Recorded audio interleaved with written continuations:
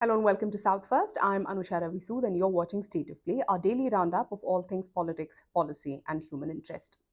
For weeks now, a by-election in a single assembly seat in Kerala had held everybody's rapt attention, not just the political parties, not just their candidates, but political observers, journalists like myself.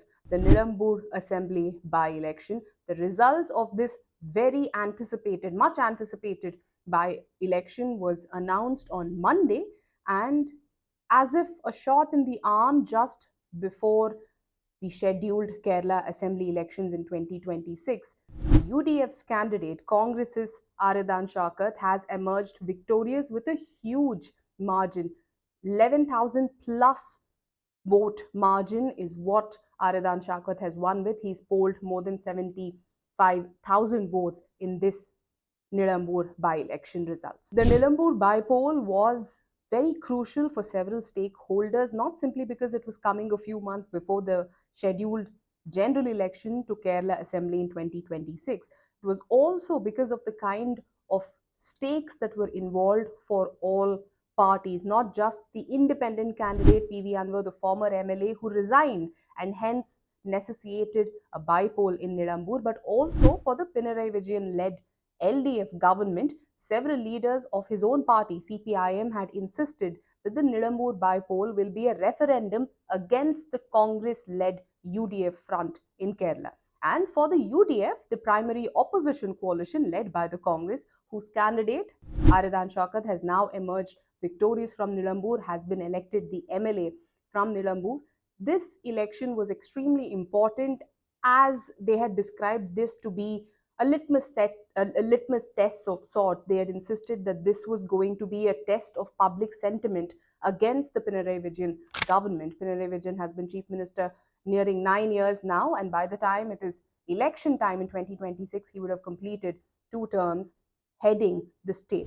The Nilambur by-election was not just going to tell us which party has an upper hand in this seat, because with this result, the Congress, or rather the UDF, has simply reclaimed what was previously its own stronghold. Nilambur was a seat that the UDF lost, except for many, many decades ago to the left. The UDF lost it over the last 2 elections to PV Anwar, who contested as an independent and later joined the Pinarayi Vijayan government after his fallout with the CPIM led government in Kerala. After his statements against Pinarayi Vijayan, the chief minister himself, he resigned from the post, and this by-poll became a necessity. For the Congress, this was a great opportunity to reclaim a seat that it has always been proud of to be representing, or a seat that it claims as its own.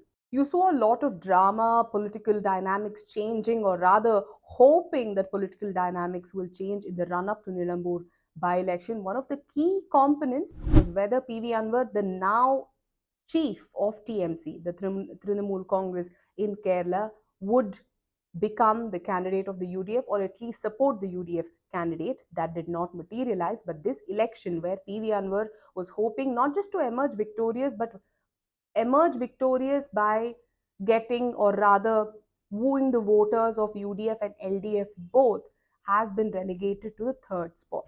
This is how the numbers stood on Monday when 19 rounds of counting had concluded. These numbers are according to the ECI's website as of 1 p.m. Aradan Shaukat, the UDF candidate, a leader of the Congress, handpicked, backed clearly by the leader of the opposition in Kerala, V.D. Satishan, Aradan Shaukat, emerged victorious. He won with a margin of 11,077 votes according to the ECI, but he totally polled 77,737 votes, while the trailing candidate was not PV Anwar, but the CPIM's candidate Swaraj. M. Swaraj polled 66,660 votes, while PV Anwar, the tusker of Nilambur, someone that was seen as the undisputed candidate or leader from Nilambur, without whom no party may emerge victorious, PV Anwar was relegated to the 3rd position with just about 19,760 votes. Let's remember PV Anwar was hoping to actually poll 75,000 plus votes, and ultimately, this is what he was able to poll, just about 19,000 votes. And the BJP, which is a non player in Nilambur, honestly, but still fielded a candidate, polled just about 8,648 votes. The BJP in this particular region of Kerala really is not a force to reckon with. However, it is trying to build up its presence, structure, influence in more urbanized localities or regions in Kerala, especially Thiruvananthapuram, or districts like Palakkad, where the BJP's ideology has a very strong presence and support base.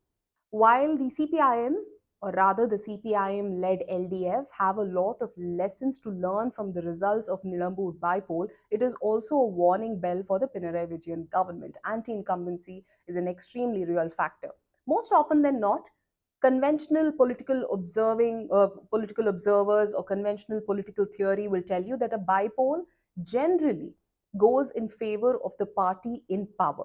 But in Nilambur, there are two factors that may have influenced the outcome. One, definitely the proximity of this bypoll to the next assembly election, which is in 2026. But secondly, and more importantly, the reflection of anti incumbency against the incumbent government or the government in power of the day. So, both these factors definitely have helped the Congress. What really seems to have worked in favor of the Congress is not just the undisputed support it got from its strong UDF partners like the IUML, but also other civic society organizations, labor organizations joining the Congress, campaigning for its candidate, whether it was the ASHA workers or labor unions that actually went door to door to campaign for the UDF's candidate, Aridan Shaukar. And this is a formula that has helped the Congress not just now in Nilambur, but something that has actually worked in Congress's favor both in Karnataka and Telangana assembly elections in 2023. Making civil society groups, rights groups, labor unions, organizations of women, self help groups have actually helped the Congress get its messaging right, as it has seen in other elections like Karnataka and Telangana, now in Nilambur too. Perhaps this was also an experiment of the Congress to see the scale at which involving civil society groups is going to help its cause, and it can be extrapolated to the entire state come assembly elections in 2026. For PV Anwar too, this result seems to be a humbling experience. Now it is to be seen whether PV Anwar will continue to be brazen about not compromising on any front to become a part of the UDF or the opposition coalition, because clearly he has closed the doors on the LDF because of his opposition and public criticism of Pinarayi Vijayan already. His option is now to ally with the UDF, but will these results now probably teach him, probably let him understand that some compromises may have to be made if he intends to be part of a larger opposition bloc. The loss in Nilambur bypoll perhaps will now give the CPIM, the Pinarayi Vijayan led government in Kerala, a clear insight into the mood of the state. Of course, one single seat cannot really give you the picture of the entire state, but this is definitely a starting point. An incumbent party not being able to win a bypoll is a matter of concern, and the CPIM will do extremely well to take this as a lesson, to take this as a warning bell, so corrective measures can be taken, or its campaign going into assembly elections 2026 can be designed taking off from the lessons learned in Nilambur. And as for the Congress, today is definitely a day for it to celebrate. It has wrested its stronghold seat back from an independent candidate, who had joined the CPIM. So for the UDF, it is a day to celebrate. But for the Congress, it is also, the result also shows that its estimation as far as religious or communal representation, community representation is concerned, has paid off, with the Congress currently being helmed by a Christian, Sunny Joseph, the PCC president.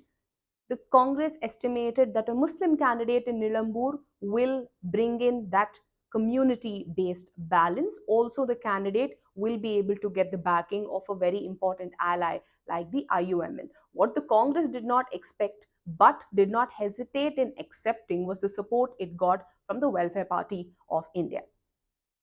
That support definitely did not go down well with all partners in the Congress, including in the UDF, including the IUML. However, leader of the opposition, V.D. Satishan, did put his neck out and defended all support that was coming his candidate's way. The support from Jamaat-e-Islami, Hind's political wing, Welfare Party, was something that the Congress did not expect, but when it did come, the Congress had no hesitation in accepting it. However, it came at a cost. Its own partners, whether it was Kerala Congress that is already treading an extremely fine line in Munambam, where a piece of land has become a bone of contention between Muslim and Christian communities, to the IUML, the primary important partner or an important part of the opposition UDF. However, V.D. Satishan's insistence on getting all the support the campaign may need has definitely paid off. V.D. Satishan very candidly also said that if there is a victory, then it belongs to the party, but if there is a loss, then he will hold himself responsible, accountable for it. Now, with the victory, V.D. Satishan has scored one over all other probable chief minister candidates, chief minister faces in the Congress. He has just elevated his position within the party. With the Pinarayi Vijayan government facing anti-incumbency of 2 terms, the kind of fiscal strain that Kerala is currently under, there is a lot of anger against the incumbent government, which the Congress hopes to use in its favor. But the Congress, like always, is marred by internal dissent, and winning the Nilambur bypoll not just has come as a morale boost to the party, but also has given the party to estimate, calculate the strengths and weaknesses of each of its primary leaders, primary faces, or the leading faces of the party in the state. While the party has, from Ramesh Chennitala to V.D. Satishan to even Shashi Tharoor, who wants to be considered to be the chief minister probable in the state, not letting go of K.C. Venugopal, the general secretary organization of the AICC as well. He's also somebody that is accepted as a leader in a mass way in Kerala unit of the Congress, considering his proximity to the central leadership of the Congress, including the leader of the opposition in the Lok Sabha, Rahul Gandhi. While all these names, all very prominent Nair faces, are in the fray, the Nilambur bypoll has simply made V.D. Satishan's position more cemented. As for the LDF, it seems it is now back to the drawing board. They have to now assess what led to the loss in Nilambur bypoll despite the party being in power, and what it needs to do heading into assembly elections next year. In between the Nilambur bypoll and the assembly elections next year, the BJP has a lot to cheer for. In between are the local body elections, where the BJP is extremely confident of scoring more points than the UDF or the LDF expects the BJP to do. While Nilambur definitely was not BJP's cup of tea, the party is looking to expand its base, its presence, its influence in several districts where the Congress is in direct contention with the LDF. The BJP is looking to gain seats not just in Thiruvananthapuram or in Thrissur, where it already has an MP, but also in districts like Kasargod, Palakkad, where it has strong ideological support. Curtains are drawn on the Nilambur bypoll, but the political dynamics and the shifting nature of strategy in Kerala for all stakeholders is beginning only now. Until I come back to you with yet another episode of State of Play, do stay tuned to South First. Thank you so much for watching.